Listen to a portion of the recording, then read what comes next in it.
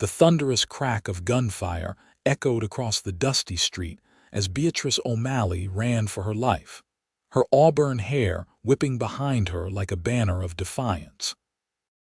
In the chaos of a frontier town burning to ash, she clutched a small leather pouch, the only possession she had left after Thomas Reeve and his gang had destroyed everything else. Dusk was settling over the Wyoming Territory in 1876 when Beatrice ducked behind a water trough, her breath coming in ragged gasps. The town of Cottonwood Springs, once her home, was now a symphony of screams and crackling flames. Thomas Reeve had come for her father's land claim, and when Nathaniel O'Malley refused to sell, Reeve's response was swift and merciless. "Find the girl." Reeve's voice carried through the smoke. "She's got the deed." Beatrice pressed a trembling hand to her mouth, stifling a sob. Her parents were dead, their homestead ransacked, and the trading post they'd built from nothing was now kindling for Reeve's ambition.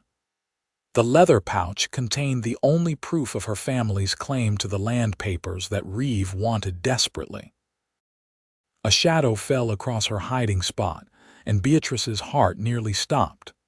She looked up to see a tall figure silhouetted against the crimson sky.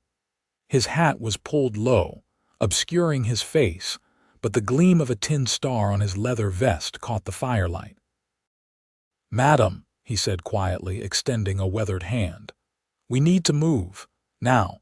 She hesitated, fingers tightening around the pouch. "I ain't with them," he added, his voice deep and steady. "Name's Gabriel Ashcroft. I'm passing through as Deputy Marshal from Fort Laramie. That's my horse at the end of the alley. You're coming with me, or you're not likely to see morning." A bullet splintered the wood just inches from Beatrice's head, and decision made itself. She grabbed Gabriel's hand, and he pulled her to her feet with surprising gentleness for a man of his size. "Stay low," he instructed, drawing his revolver. "On my count. 1, 2, 3. They broke from cover, racing down the narrow alley as bullets kicked up dust at their heels. Gabriel's horse, a magnificent black stallion, was waiting, saddled and ready. In one fluid motion, he lifted Beatrice onto the horse, then swung up behind her. The animal reared briefly before surging forward into the gathering darkness, carrying them away from the burning town. Beatrice clung to the saddle horn, the stranger's strong arm around her waist the only thing keeping her from falling. Behind them, Cottonwood Springs receded into a distant glow against the night sky. She had never ridden so fast, never felt so terrified and yet oddly secure at the same time. The rhythm of the horse's hooves became a heartbeat, drowning out the sounds of pursuit. They rode for what seemed like hours, the prairie stretching endlessly before them. Gabriel Ashcroft said nothing, focusing on putting distance between them and Thomas Reeve's men. When they finally stopped to rest by a small creek, the moon had risen high above the plains. Gabriel dismounted first, then helped Beatrice down. Her legs nearly buckled beneath her, unused to such riding. He caught her elbow, steadying her. "You all right, madam?" he asked, his face now visible in the moonlight. He was younger than she'd expected, perhaps 30, with eyes the color of the Wyoming sky and a strong jawline softened somewhat by the concern in his expression. "No," Beatrice answered honestly, her voice cracking. "He took everything." Gabriel's expression hardened, but his voice remained gentle. "Not your future," he said, placing a hand on his holstered pistol. "That's mine to guard." The simple declaration, spoken without drama or pretense, broke through the numbness that had protected Beatrice since watching her father fall. Tears came suddenly, violently, and she covered her face with her hands. Gabriel stood awkwardly for a moment, then tentatively placed a hand on her shoulder. "We're 10 miles out," he said quietly. "Safe enough to rest for a spell. Come morning, we'll head for Fort Bridger. I know folks there who can help." Beatrice nodded, trying to compose herself. "Why are you helping me?" Gabriel unsaddled his horse, movements efficient and practiced. Saw what happened from the ridge. Was tracking Reev anyway he's wanted for land fraud across 3 territories. Your father refused to sell. Yes.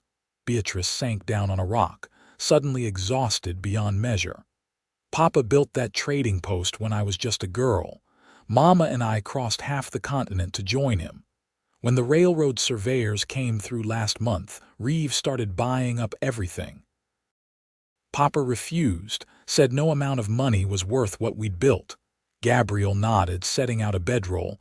Your pa was a brave man. He was a stubborn man, Beatrice corrected, a ghost of a smile touching her lips. Mama always said his Irish pride would be the death of him. Her voice faltered. She was right. Gabriel offered her the bedroll.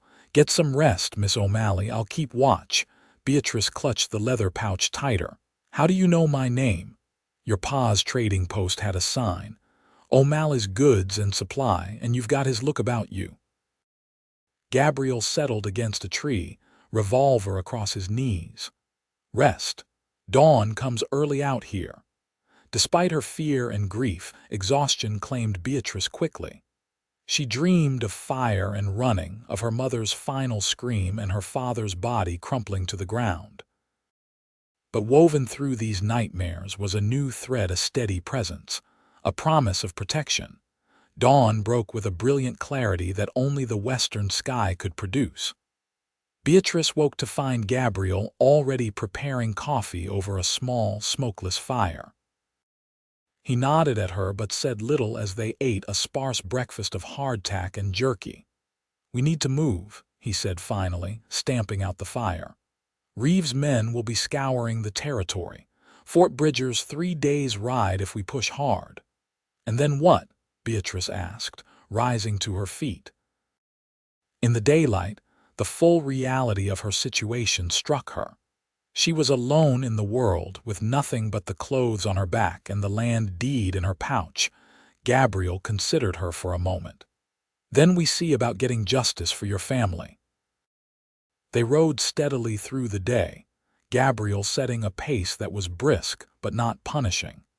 He was a quiet man, answering Beatrice's questions directly but offering little else. By midday, they had reached rolling hills dotted with sagebrush and occasional stands of pine. You said you're from Fort Laramie, Beatrice said as they stopped to water the horse. Is that home for you? Gabriel shook his head. No place is home. Been a lawman for 8 years, following trouble wherever it leads. And before that, a shadow passed over his face. Fought in the war. Came west afterward, like a lot of men with nowhere else to go. You have family? Beatrice asked, then immediately regretted the question when his expression closed further. Had a wife. Yellow fever took her in 67. His words were clipped, matter of fact, but Beatrice saw the old pain beneath them. I'm sorry, she said softly. Gabriel nodded once, then turned to check the saddle cinch. We should keep moving. They rode in silence for several miles before Gabriel suddenly reined in, his body tensing. Beatrice followed his gaze to the horizon, where a plume of dust marked riders moving fast. Trouble, Gabriel muttered, scanning the landscape. There. He pointed to a nearby ravine lined with cottonwoods. We'll wait them out. He guided the horse down into the ravine, where a small stream trickled between rocks. They dismounted, and Gabriel led the horse into the densest part of the cottonwood stand. Stay down, he instructed, drawing his Winchester rifle from its saddle scabbard. Don't move unless I say so. They crouched among the trees as the sound of hoofbeats grew louder. Beatrice's heart pounded so violently she feared it might be heard. Gabriel's presence beside her was solid, reassuring. He held the rifle with practiced ease, his breathing steady and controlled. 5 riders appeared on the ridge above them, silhouetted against the sky. One of them pointed down toward the ravine. Could have gone this way, Reev. a gravelly voice called out. "Plenty of water and cover." Beatrice's blood ran cold at the name. She could see Thomas Reeve clearly now, a tall man with a silver-streaked beard and a black duster. He surveyed the ravine with calculated interest. "Check it," he ordered. "But be careful. That marshal's no amateur." Two riders began picking their way down the slope toward the cottonwoods.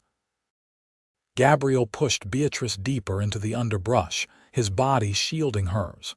She could feel his heartbeat now, as steady as drumming hooves. "If shooting starts," he whispered, his breath warm against her ear, "you run downstream and don't look back. Understand?" She nodded, clutching the leather pouch that contained her family's legacy. The men approached cautiously, guns drawn, 20 yards away. 10. 5.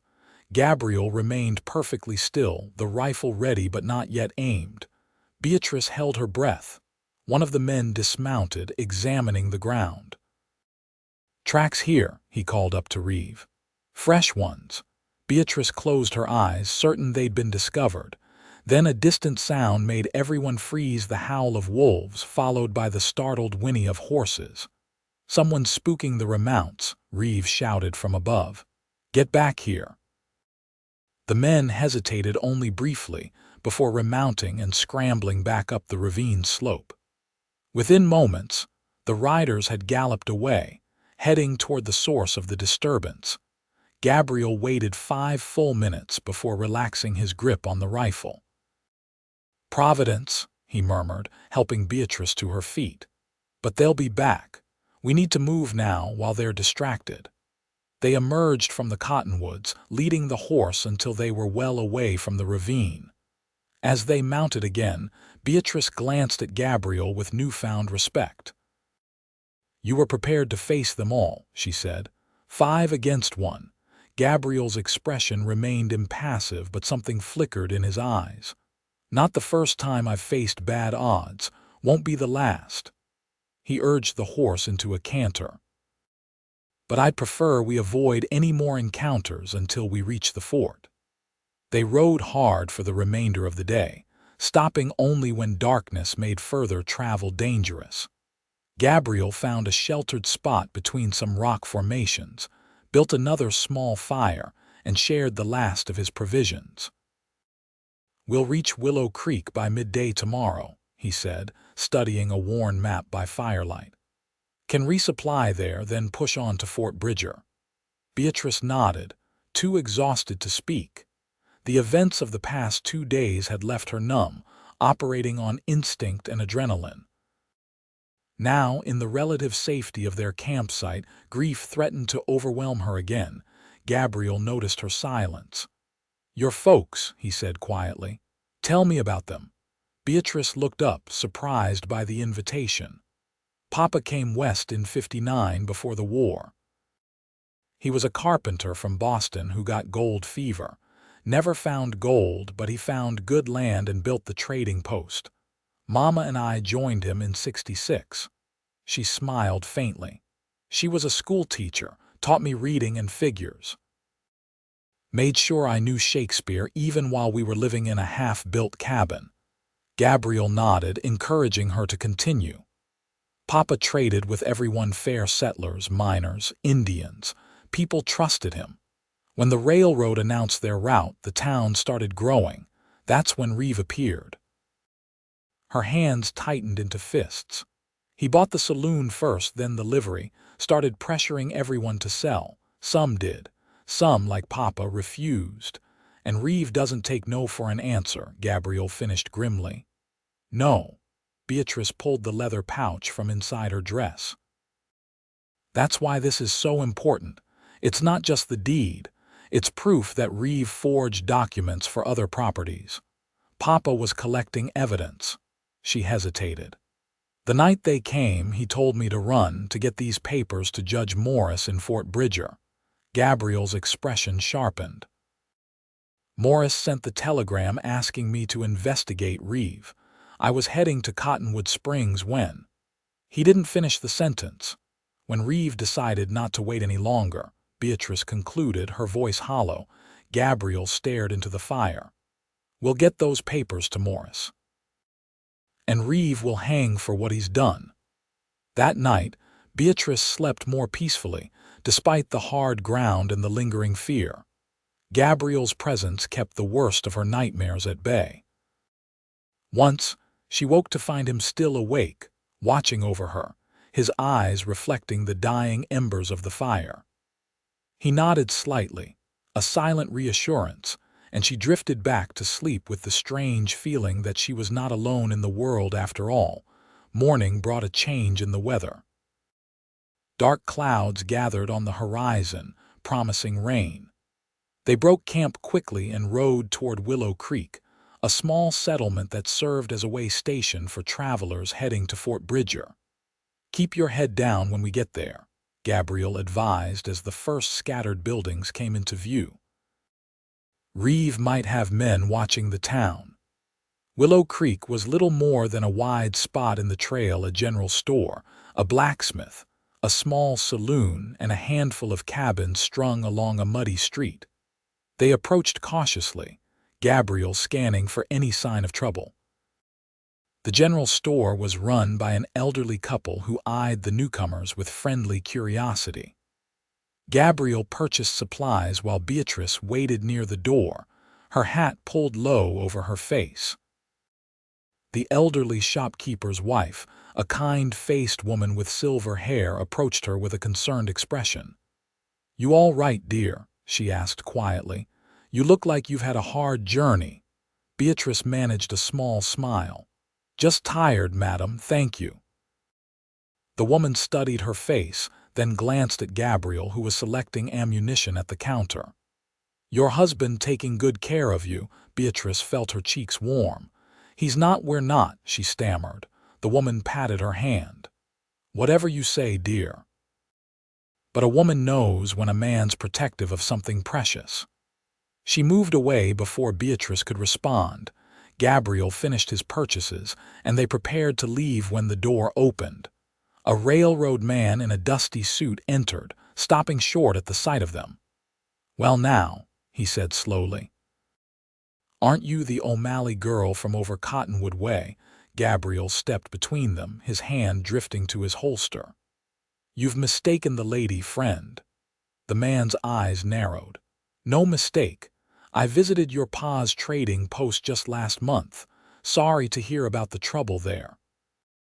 His gaze shifted to Gabriel's badge. "Marshal, is it? Thomas Reeve's offering a handsome reward for information about a stolen deed. Says a young woman took it after a tragic accident." "That's so."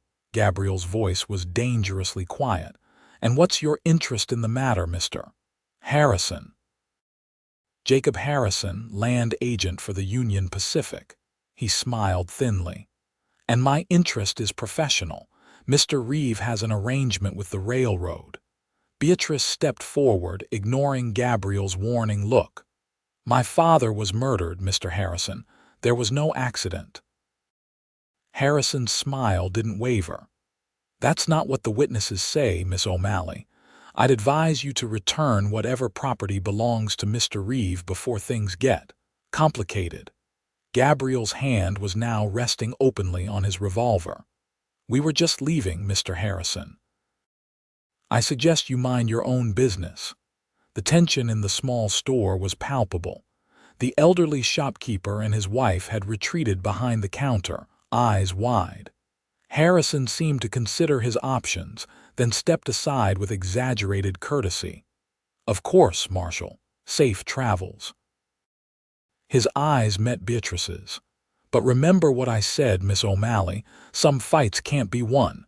Outside, Gabriel hurried Beatrice to their horse.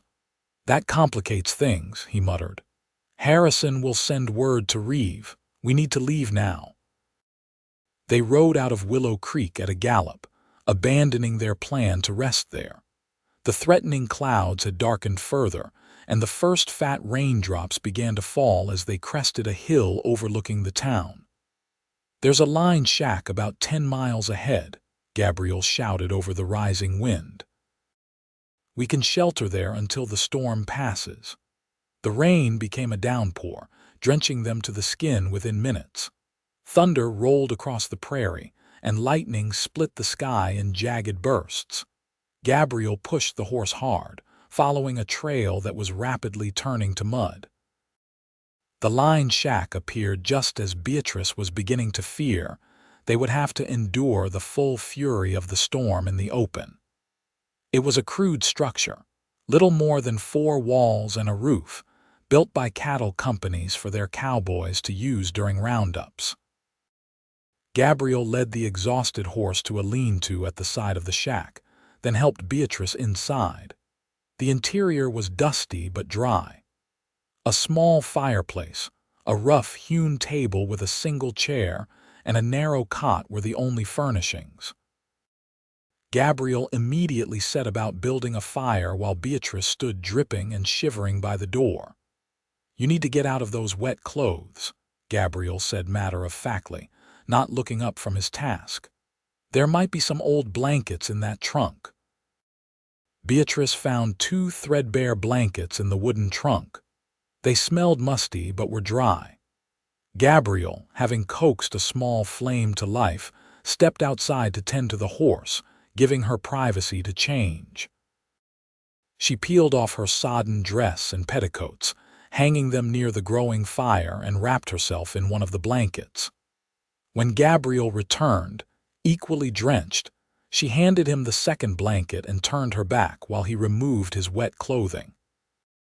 The storm raged outside, rain pounding on the roof and wind howling through the cracks in the walls. Inside, the fire cast dancing shadows as they sat on opposite sides of the small space, each wrapped in a blanket, their clothes steaming gently by the hearth. "That man Harrison," Beatrice said after a long silence. "He confirmed what I suspected. The railroad is working with Reev." Gabriel nodded grimly. "Land speculation. The railroad announces a route, then their partners buy up property before prices rise. It's happening all over the West." "But they're killing people for it," Beatrice said, anger flaring. "My parents, who knows how many others. That's why we need to get your evidence to Judge Morris." Gabriel added another stick to the fire. "He's one of the few honest judges left in the territory. With proof of forgery and murder, he can stop Reev and possibly even the railroad's part in it." Beatrice stared into the flames. "And then what? Even if Reev hangs, my parents are still gone. Our home is destroyed." Gabriel was quiet for a moment. "You could rebuild. The land is still yours with that deed." "Rebuild what? A life. Alone." Beatrice laughed bitterly. "I'm 22 years old, Mr. Ashcroft. I have no family, no friends left. Even if I could reconstruct the trading post brick by brick, it would be empty." Gabriel studied her across the fire, his expression softening. "You're stronger than you know, Miss O'Malley. I've seen how you faced everything these past days. Most would have broken under less." Their eyes met, and something passed between them, a recognition, perhaps, of kindred spirits forged in loss and resilience. The moment stretched, filled with unspoken understanding, until Gabriel looked away. "You should try to sleep," he said, his voice rougher than before. "Storm's not letting up any time soon." Beatrice nodded, suddenly aware of how exhausted she was. She curled up on the narrow cot, still wrapped in the blanket. Gabriel remained by the fire, his back against the wall, revolver within easy reach. "Gabriel," she said softly, using his given name for the first time. "Thank you for everything." He glanced at her, surprise flickering across his features, followed by something warmer. "Get some rest, Beatrice," he replied, her name sounding like a promise on his lips. The storm continued through the night, but Beatrice slept deeply, lulled by the rain and the knowledge that Gabriel kept watch. When she woke, pale daylight filtered through the single small window. Gabriel was gone, but the fire had been built up again, and her clothes, now dry, were folded neatly beside the cot. She dressed quickly and stepped outside. The world had been transformed by the storm. The prairie gleamed with moisture, and the air had a fresh, clean scent. Gabriel was tending to the horse, his back to her. He had put on his still damp clothes and hat, once again the stern lawman she'd first encountered. "Good morning," she called, and he turned. "Storm's past," he said, nodding toward the clearing sky. "If we start now, we can make Fort Bridger by nightfall." They set out immediately, riding through puddles and mud. The horse struggled in places, but Gabriel guided it expertly. As the sun climbed higher, steam rose from the damp earth, creating a dreamlike haze across the landscape.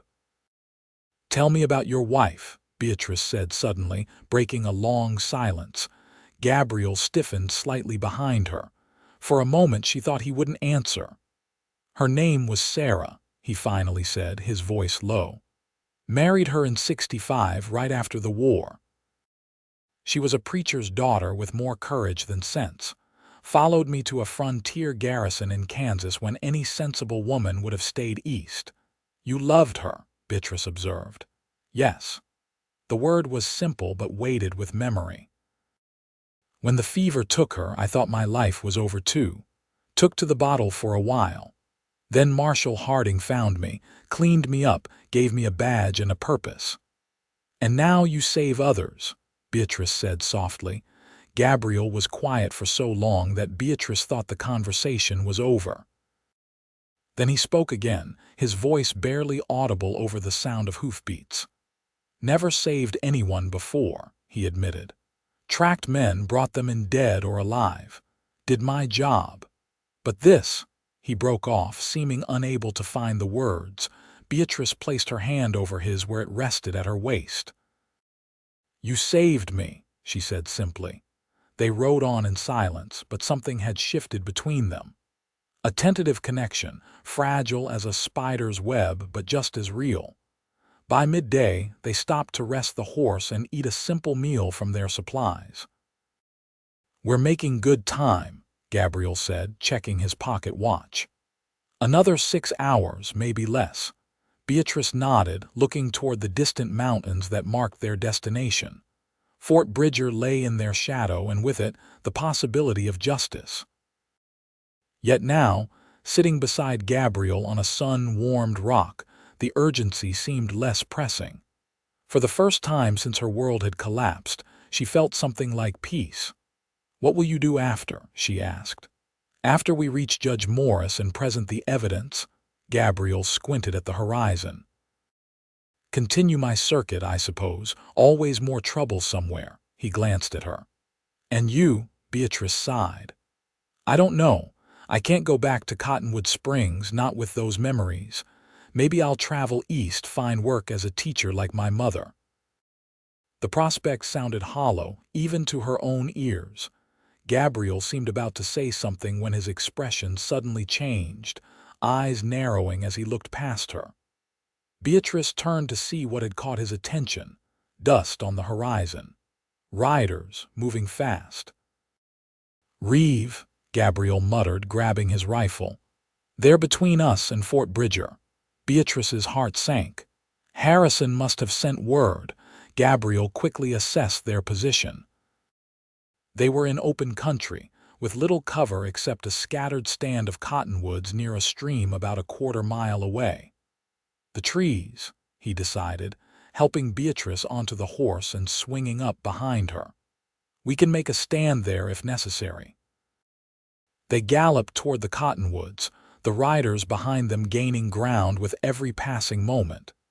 As they reached the trees, Gabriel dismounted in one fluid motion, then helped Beatrice down. "Take the horse," he said urgently, pressing the reins into her hands. "Ride for the fort. Don't stop for anything." "I'm not leaving you," Beatrice protested. Gabriel's eyes were hard. "Those papers need to reach Judge Morris. That's what matters." "You matter," Beatrice insisted, a sudden fierce protectiveness surging through her. Something flashed in Gabriel's eyes, surprise, then a warmth that made Beatrice's breath catch. He reached out, his rough fingers gently touching her cheek. "Go," he said softly.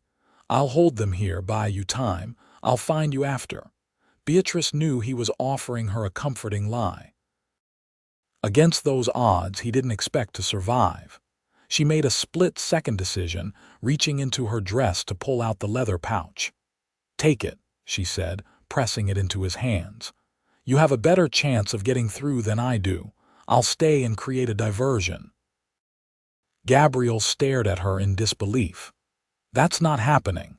"It makes sense," she argued. "They'll expect you to send me ahead with the papers. When they see me still here, they'll think you've gone another way. You can circle around while they're distracted." "Absolutely not," Gabriel growled, pushing the pouch back toward her. "I'm not leaving you to face Reeve." The riders were visible now, 5 men led by Thomas Reeve himself, his black duster billowing behind him like a malevolent shadow. They were less than a mile away. "There's no time to argue," Beatrice said desperately. "Please, Gabriel, let me do this, for my parents, for justice." Gabriel looked torn, his duty as a lawman warring with his instinct to protect her. In that moment of hesitation, Beatrice made the choice for both of them. She thrust the pouch into his saddlebag, then slapped the horse's flank hard.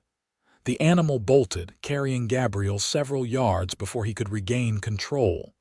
"Beatrice," he shouted, wheeling the horse around. "Go," she called back, already moving deeper into the trees. "I'll be fine." "Find me after." She saw indecision and anguish cross his face. Then, with a last look that held a promise, he turned the horse and galloped away at an angle, not toward Fort Bridger but to the north, drawing some of the riders after him. Beatrice moved quickly through the cottonwoods, searching for a defensible position. She found a fallen log near the stream and crouched behind it, heart pounding. She had kept Gabriel's revolver, which he had left with her while tending the horse that morning. 6 shots. She had never fired a gun in her life. The sound of approaching horses made her press lower behind the log. 3 riders had followed Gabriel, but Thomas Reeve and 1 other man had continued toward the cottonwoods, evidently suspecting a trick. They dismounted at the edge of the trees, moving cautiously with rifles ready. Beatrice remained perfectly still, barely breathing as they advanced. "The girl's here somewhere," Reev said, his voice carrying clearly in the quiet grove. "Find her. I want those papers." The other man, a grizzled figure with a scar running down one cheek, began methodically searching the trees. Beatrice tightened her grip on the revolver, knowing she would have only one chance if discovered. The man moved closer to her hiding place, scanning the ground for tracks. He was less than 10 feet away when a twig snapped under his boot. Beatrice flinched involuntarily, and the slight movement caught his eye. "Boss," he called out. "Over here."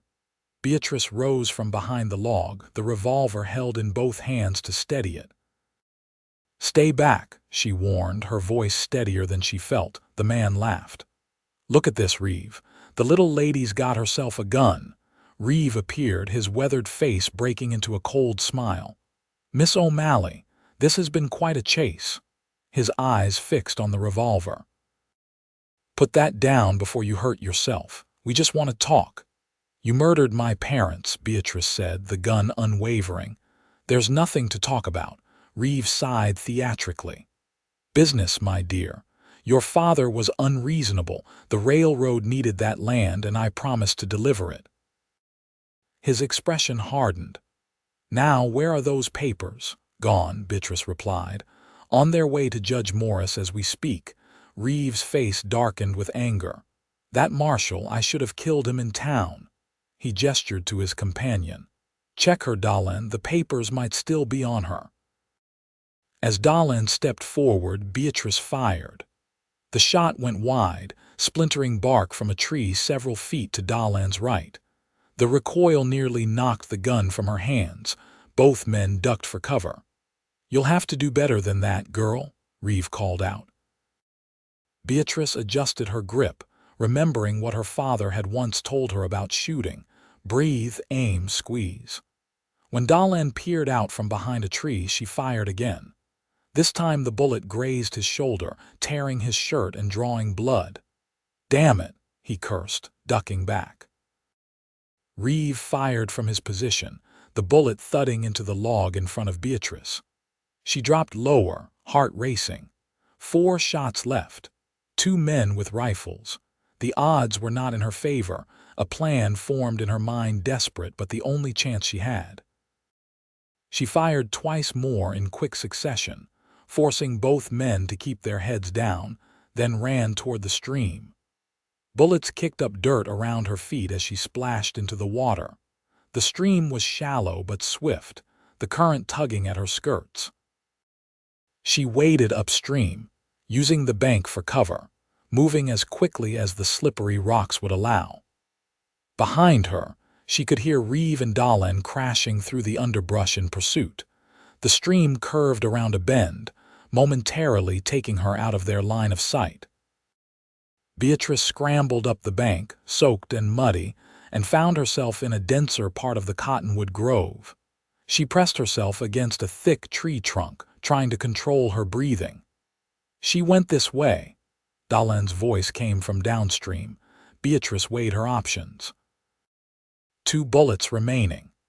She could try to circle back to where the horses were tethered, but Reev and Dahlin would likely anticipate that move.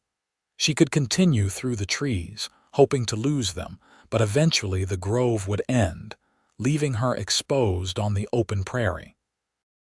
The sound of a distant gunshot made her freeze, not from the direction of her pursuers, but from somewhere beyond the trees. More shots followed, an exchange of gunfire. Gabriel, had he circled back, Reev and Dahlin heard it too. "What the hell?" Dahlin muttered. "Keep looking for the girl," Reev ordered. "I'll check it out." Beatrice heard Reev's footsteps receding. 1 man was more manageable than 2. She waited, listening intently for Dahlin's approach. When a shadow fell across the ground near her hiding place, she readied the revolver. Dahlin appeared, rifle at the ready, scanning the trees. He was less than 5 feet away, his back partially to her. Beatrice stepped out, the revolver aimed at his center. "Drop the rifle," she commanded. Dahlin spun around, surprise flickering across his scarred face. For a heartbeat, neither moved. Then Dahlin's expression shifted to calculation. "You already missed once," he said, taking a step toward her. "Think you can hit me before I reach you?" "I'm a better shot now," Beatrice replied, steadying the revolver with both hands. "Please don't make me prove it." Dahlin hesitated, then suddenly lunged forward. Beatrice fired. The bullet caught him in the chest, and he stumbled, a look of shock replacing the menace in his eyes. He dropped to his knees, then collapsed face forward onto the forest floor. Beatrice stared in horror at what she had done. The revolver felt suddenly heavy in her hand. 1 bullet left. She forced herself to move to retrieve Dahlin's rifle. As she bent to take it, a voice made her straighten. "That was impressive, Miss O'Malley." Thomas Reeve stood 20 yards away, his own rifle aimed at her heart. "But now you'll drop both weapons or the next shot will be yours." Beatrice slowly straightened, still holding the revolver. "You'll kill me anyway," she said, surprised by the calmness in her voice. "Perhaps not," Reev replied. "The papers are what matter. Tell me where the marshal is headed and you might yet live." "I don't know," Beatrice said truthfully. "And even if I did, I wouldn't tell you." Reev's finger tightened on the trigger. "Then I have no further use for you." A shot rang out, but it wasn't from Reev's rifle. The land baron jerked backward, a look of astonishment crossing his face as a red stain blossomed on his duster. He fired wildly as he fell, the bullet passing harmlessly over Beatrice's head. Gabriel emerged from the trees, rifle still raised. Behind him came 3 riders wearing the blue uniforms of U.S. cavalry soldiers. Beatrice stared in disbelief as Gabriel lowered his rifle and strode toward her. "Are you hurt?" he demanded, his eyes scanning her for injuries. Beatrice shook her head, unable to speak. The revolver slipped from her fingers as relief flooded through her. Gabriel caught her as her knees buckled, supporting her weight easily. "I thought you were headed to Fort Bridger," she managed finally. A rare smile touched Gabriel's lips. "I was. Then I ran into a patrol from the fort." He nodded toward the soldiers. "Lieutenant Davis and his men were kind enough to assist when I explained the situation." The lieutenant, a young man with a serious expression, dismounted and approached. "Madam," he said, touching the brim of his hat, "Marshal Ashcroft has informed us of the crimes committed against your family. We're here to escort you safely to Fort Bridger."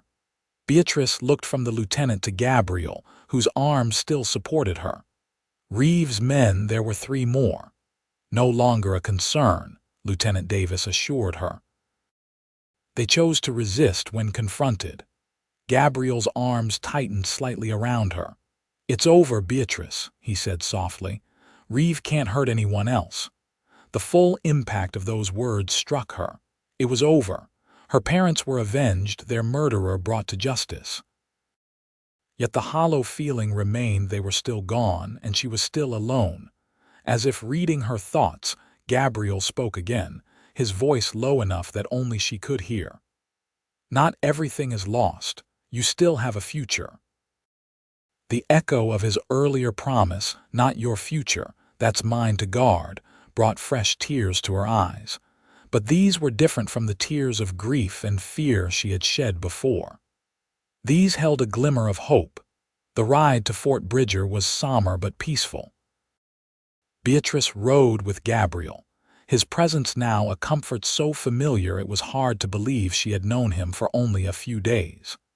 The cavalry soldiers escorted them, ensuring no further threats emerged from the vast prairie.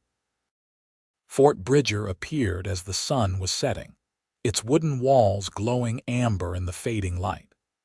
As a military and trading post, it was larger and more established than Cottonwood Springs had been, with sturdy buildings arranged around a central parade ground.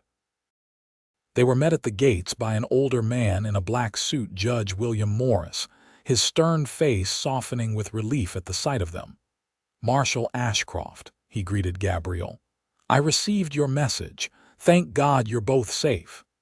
His kind eyes turned to Beatrice. "Miss O'Malley, I am deeply sorry for your loss. Your father was a good man and a friend." Beatrice nodded gratefully, too exhausted for words. The past days had drained her completely. Gabriel helped her dismount, his strong hands gentle at her waist. "The papers," he said, retrieving the leather pouch from his saddlebag and handing it to the judge. "Everything Nathaniel O'Malley collected on Reeve's land fraud." Judge Morris accepted the pouch reverently. "This evidence will ensure justice is served. Not just for the O'Malleys, but for everyone who suffered under Reeve's schemes." He gestured toward a nearby building. "I've arranged rooms for you both. You must be exhausted. We can discuss everything in detail tomorrow." Beatrice found herself led to a small but comfortable room in the officers' quarters. A bath was drawn for her, and clean clothes provided by the wife of one of the officers. The simple luxury of hot water and soap felt miraculous after the ordeal of the past days. Later, wrapped in a borrowed dressing gown, she sat by the window, watching stars appear in the deepening twilight. A knock at the door roused her from her thoughts. Gabriel stood there, similarly refreshed. He had shaved and his hair was still damp from bathing.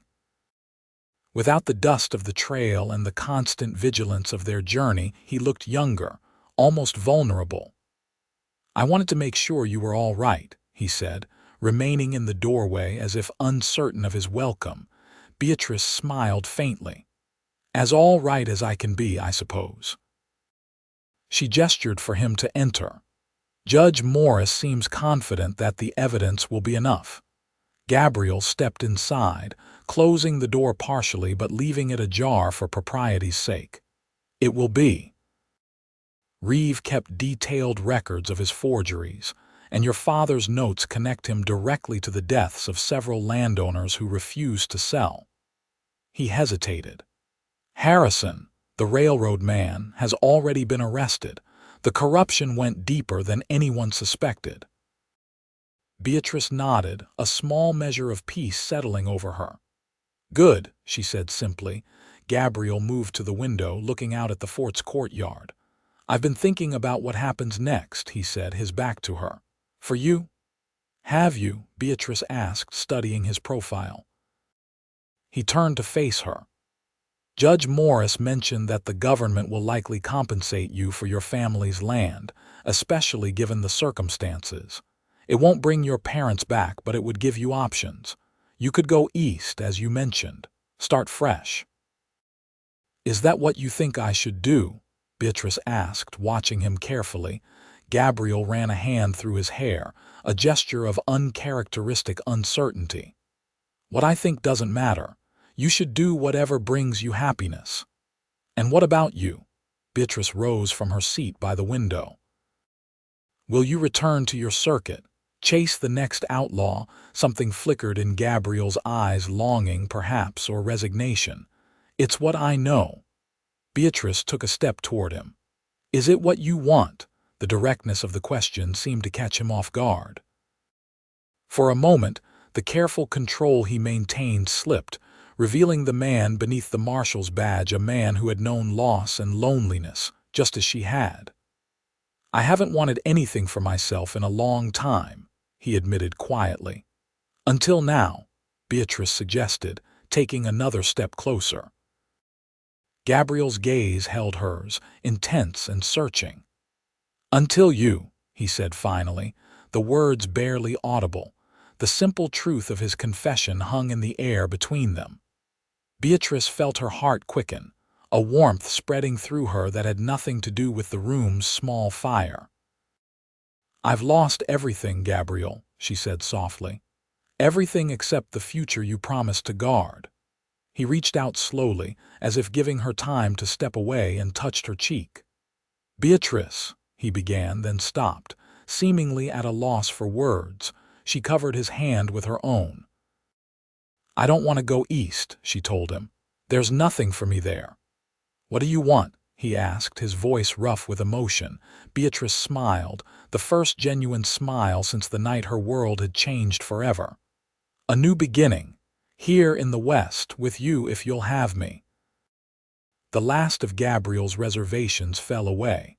He drew her into his arms, holding her as if she were something infinitely precious. Are you certain? He whispered against her hair. I have nothing to offer but a lawman's life. It's dangerous, unsettled. Beatrice looked up at him, seeing not just the marshal who had saved her life, but the man who had restored her faith in the future. I've faced danger, she reminded him. And I'm tired of being settled. I want to live, Gabriel, and I want to do it with you beside me. The kiss that followed was gentle at first, a tentative exploration of newfound feelings. Then it deepened, carrying all the intensity of their shared ordeal and the promise of days to come. When they finally parted, both were breathless. Judge Morris mentioned that the territorial governor is establishing a new marshal's office in Laramie, Gabriel said, still holding her close. He's offered me the position. It would mean less traveling, more stability. His eyes searched hers. It would mean a home, Beatrice. If that's what you want. She touched his face, marveling at how quickly he had become essential to her.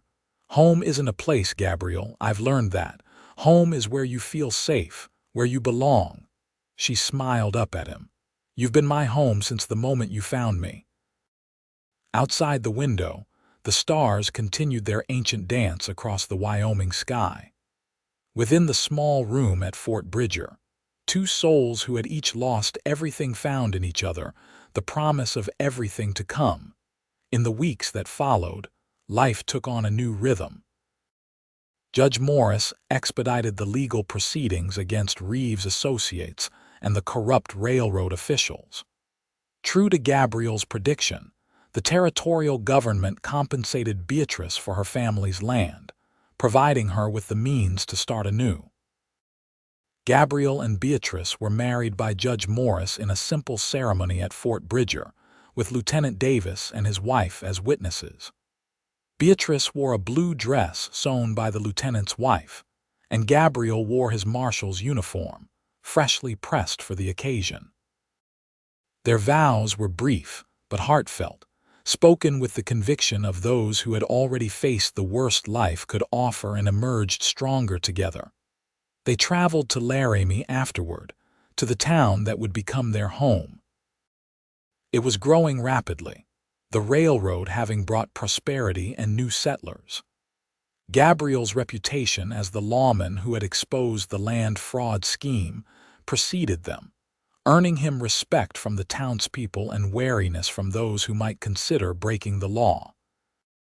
Beatrice, using part of her compensation, opened a small bookshop near the marshal's office.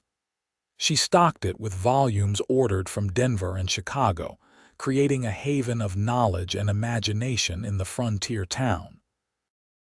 Local children soon discovered that the pretty shopkeeper with auburn hair would read to them on Saturday afternoons, her voice bringing stories to life as it had when her mother read Shakespeare in their half-built cabin. Gabriel watched his wife flourish with pride and a touch of wonder. The frightened, grief-stricken young woman he had rescued from a burning town had transformed into a confident, respected member of the community. Yet in quiet moments, when it was just the two of them, he still caught glimpses of vulnerability in her eyes, memories of what she had lost, what they had both endured. On their first anniversary, Gabriel surprised Beatrice with a small house on the outskirts of town. It was nothing grand, a wooden structure with a porch that faced the distant mountains, but it was theirs.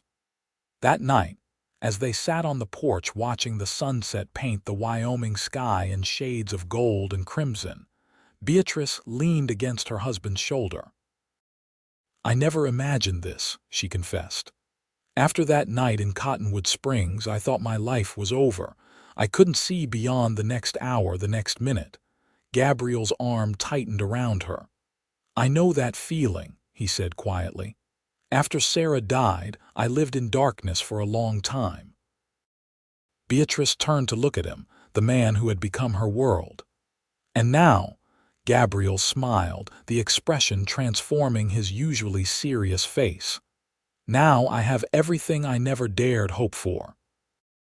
He placed his hand gently over her stomach, where the first subtle signs of their child's presence were beginning to show.